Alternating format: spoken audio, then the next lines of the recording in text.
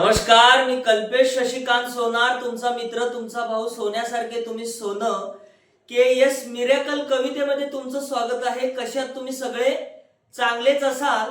त्यावरच्या हरूचं तुमच्यावर लक्ष असो आणि तुमच्या आयुष्यात त्याचा हात ऊद सारखा असो. ऊद म्हणजे सुगंध. ऊद म्हणजे सुगंध. तर त्याचा आशीर्वाद, त्याचा हात तुमच्यावर सुगंधासारखा दरवळत राहो.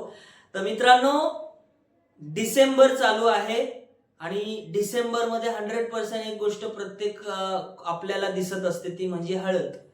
आपल्या कोणाची ना कोणाची हळद असते, आपल्या मित्रांची हळद असते आणि त्या हळदच्या नंतर त्या आयुष्य प्रत्येकाचं बदलत असतं. जशी अंगाला हळद लागते तसं आयुष्य त्याचं पिवळं म्हणजे सोन्यासारखं होत असतं. तर त्याच्यावरच ही कविता लिहिली आहे. ही कविता मी 2021 पासून लिहून ठेवली आहे. ही कविता टाकलीच नाहीये मी.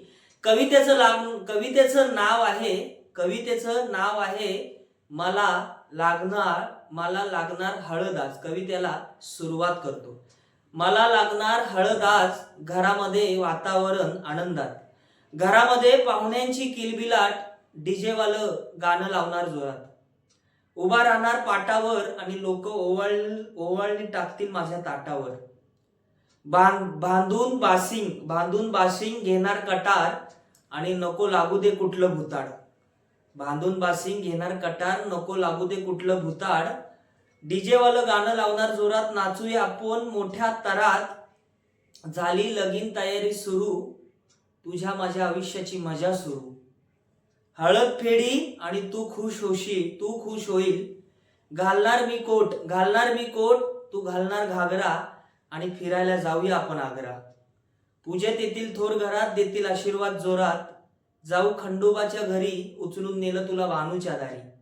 मागूया त्या मल्हारीला मागणं आणि नको कुठलं येऊ दे विघ्न. मागूया त्या मल्हारीला मागणं, नको येऊ दे कुठलं विघ्न. तर मित्रांनो, ही कविता तुम्हाला कशी वाटली नक्की कमेंट करून सांगा. आपल्या प्रत्येक मित्र मैत्रिणीला पाठवा ज्याच्याकडे आता हळद आहे, आपण ज्याच्या हळदीला जाणार आहोत आणि ज्याचं खरंच आता एक नवीन आयुष्य सुरू होणार आहे लग्नानंतर. आवडली तर शेअर करा, हृदयापासून लाईक करा आणि मला प्रोत्साहन देण्यासाठी सबस्क्राईबचं मात्र बटन नक्की दाबा.